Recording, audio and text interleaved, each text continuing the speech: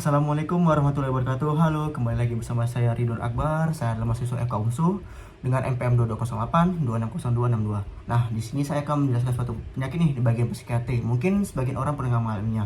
Nama gangguan ini ialah bernama gangguan distimia. Nah, mau tahu apa saja dalam distimia ini? Yuk saksikan pembahasan berikut ini.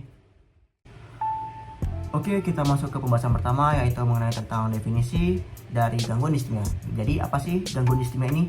Jadi gangguan distimia atau Persistent Depressive Disorder atau PDD adalah suatu bentuk depresi kronis yang ditandai dengan suasana hati yang depresif yang berlangsung minimal 2 tahun pada orang dewasa atau 1 tahun pada anak-anak dan remaja.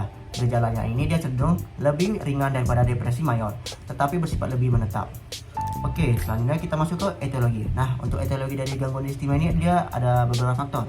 Yang pertama adanya faktor genetik. Nah, pada faktor genetik ini dia terdapat predisposisi keluarga terhadap gangguan depresi kronis. Lalu selanjutnya ada faktor psikososial.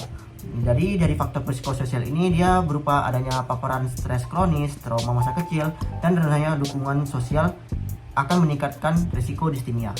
Oke, selanjutnya adanya faktor neurobiologis. Jadi faktor neurobiologis ini bisa berupa gangguan pada regulasi neurotransmitter seperti serotonin, dopamin, dan juga norepinefrin.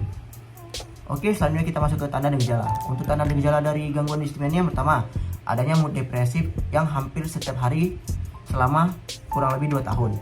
Lalu adanya gangguan tidur yang bisa berupa insomnia dan juga hipersomnia. Lalu dia mengalami perubahan nafsu makan, lalu energinya rendah atau kelelahan kronis, adanya rasa putus asa, harga diri rendah, dan juga konsentrasi yang buruk. Oke, kita masuk ke kriteria diagnosis. Oke, dari kriteria diagnosis ini dia ada 2, menurut PPDGJ3 dan juga DSM. Nah, jadi pada PPDGJ3 ini dia itu mood depresif yang menetap, yang munculnya itu lebih dari 2 tahun tanpa remisi yang panjang. Sedangkan pada DSM-5 itu yang pertama adanya suasana hati depresi hampir setiap hari selama kurang lebih 2 tahun, dan juga minimal 2 dari gejala berikut ini seperti perubahan nafsu makan, gangguan tidur, energi rendah, harga diri yang rendah, konsentrasi buruk, atau rasa putus asa. Oke, selanjutnya kita masuk ke tata laksana. Jadi dari tata laksana ini pertama bisa kita berikan tata laksana farmakoterapi yang bisa berupa dari lini pertama nyata atau first line-nya itu yang bisa berupa SSRI, yaitu dia berupa sertraline. Sertraline ini dia dosis awalnya itu 50 mg per hari. Jadi bentuk sediaan ini di tablet. Lalu bisa juga kita berikan fluoxetine. Fluoxetine ini dia dosis awalnya itu 20 mg per hari dengan bentuk sediaannya itu kapsul. Lalu bisa kita berikan juga golongan SNRI yang bisa berupa venlafaxine. Venlafaxine ini dia dosis awalnya itu dia 75 mg per hari dengan bentuk sediaannya itu kapsul lepas lambat. Dan juga bisa kita berikan bupropion yang efektif sebagai lini pertama. Oke, untuk tata laksana non farmaka itu bisa kita lakukan psikoterapi, yaitu bisa berupa CBT atau cognitive behavioral therapy dan interpersonal terapi atau IPT, atau terapi kombinasi lebih efektif dibanding dengan terapi tunggal. Oke, selanjutnya kita masuk ke prognosis dari gangguan distimia. Nah, prognosis dari gangguan distimia ini memiliki prognosis yang lebih buruk dibandingkan depresi episodik dengan resiko kekambuhan tinggi dan kualitas hidup rendah. Prognosis membaik dengan terapi kombinasi jangka panjang dan juga dukungan sosial yang baik. Oke, selanjutnya kita masuk ke edukasi dari gangguan distimia ini.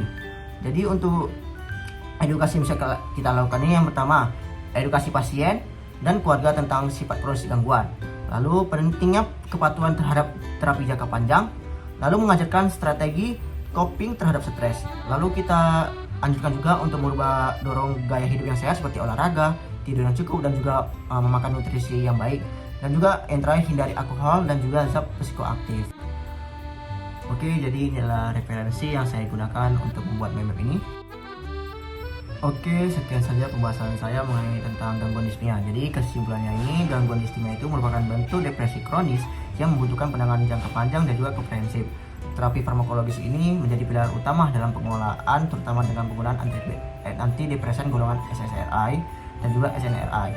Dan pendekatan yang terintegrasi antara farmakoterapi dan juga psikoterapi dapat memberikan hasil yang terbaik dalam meningkatkan kualitas hidup pasien dengan gangguan distimia. sekian pembahasan dari saya. Apabila ada kata-kata yang kurang dan juga ada yang salah, saya mohon maaf. Oke.